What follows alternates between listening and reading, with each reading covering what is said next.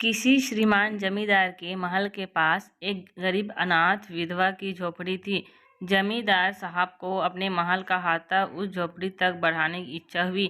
विधवा से बहुतेरा कहा कि अपनी झोपड़ी हटा ले, पर वह तो कई जमाने से वहीं बसी थी।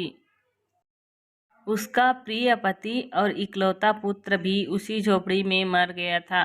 पतोहू भी एक 5 बरस की कन्या को छोड़कर चल बसी थी। अब यहीं उसकी पोती इस वृद्धा काल में एकमात्र आधार थी। जब उसे अपनी पूर्व स्थिति की याद आ जाती तो मारे दुख के फुट फुट रोने लगती थी। और जब से उसने अपने श्रीमान पड़ोसी की इच्छा का हाल सुना, तब से वह मृत प्राय हो गई थी। उस झोपड़ी में उसका मन लग गया था कि बिना मरे वहां से वह निकलना नहीं चाहती थी। श्रीमान के सब प्रयत्न निष्फल हुए। तब से अपनी जमींदारी चाल चलने लगे। बाल की खाल निकालने वाले वकीलों की थैली गरम कर उन्होंने अदालत से झोपड़ी पर अपना कब्जा करा लिया और विधवा को वहां से निकाल दिया। बेचारी अनाथ तो थी ही, पास पड़ोस में कहीं जाकर रहने लगी।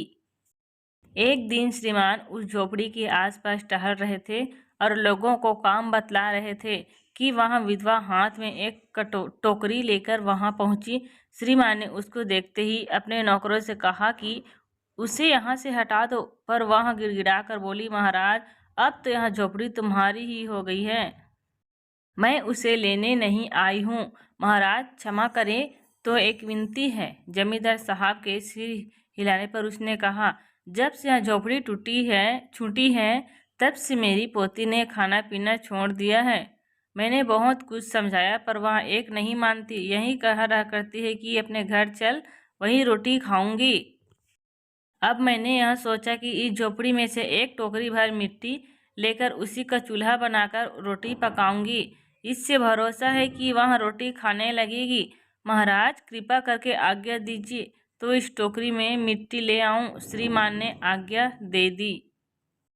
विधवा झोपड़ी के भीतर गई। वहां जाते ही उसे पुरानी बातों का स्मरण हुआ और उसकी आंखों से आंसू की धारा बहने लगी। अपने आंतरिक दुख को किसी तरह संभाल कर उसने अपनी टोकरी मिट्टी से भर ली और हाथ से उठाकर बाहर ले आई। फिर हाथ जोड़कर श्रीमान से प्रार्थना करने लगी, महाराज कृपा करके इस टोकरी को जरा हाथ लगाइए, जिससे कि मैं उसे अपने सिर पर धर लूं। जमींदार साहब पहले तो बहुत नाराज हुए, पर जब वह बार बार हाथ जोड़ने लगी और पैरों पर गिरने लगी तो उनके मन में कुछ दया आ गई। किसी नौकर से न कहकर आप ही स्वयं टोकरी उठाने आगे बढ़ें। ज्यों ही टोकरी को हाथ लगाकर ऊपर उठाने लगे, त्यों ही देखा कि यह काम उनकी शक्ति के बाहर है। फिर तो उन्होंने अपनी सब ताकत लगाकर टोकरी को उठाना चाहा, पर जिस स्थान पर टोकरी रखी थी वहां से वह एक हाथ भी ऊंची न हुई। वह लज्जित होकर कहने लगे, नहीं, यह टोकरी हमसे न उठाई जाएगी। यह सुनकर विधवा ने कहा, महाराज नाराज न हो, आपसे एक टोकरी भरी मिट्टी नहीं उठाई जाती। अरे झोपड़ी में तो हजारों टोकरियां मिट्टी पड़ी है, उसका भार आप जन्म भर क्यों कर उठा सकेंगे? आप ही इस बात पर विचार कीजिए।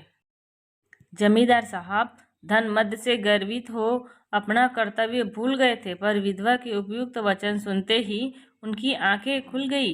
कृतकर्म का पश्चाताप कर उन्होंने विधवा से क्षमा मांगी और उसकी झोपड़ी वापस दे दी।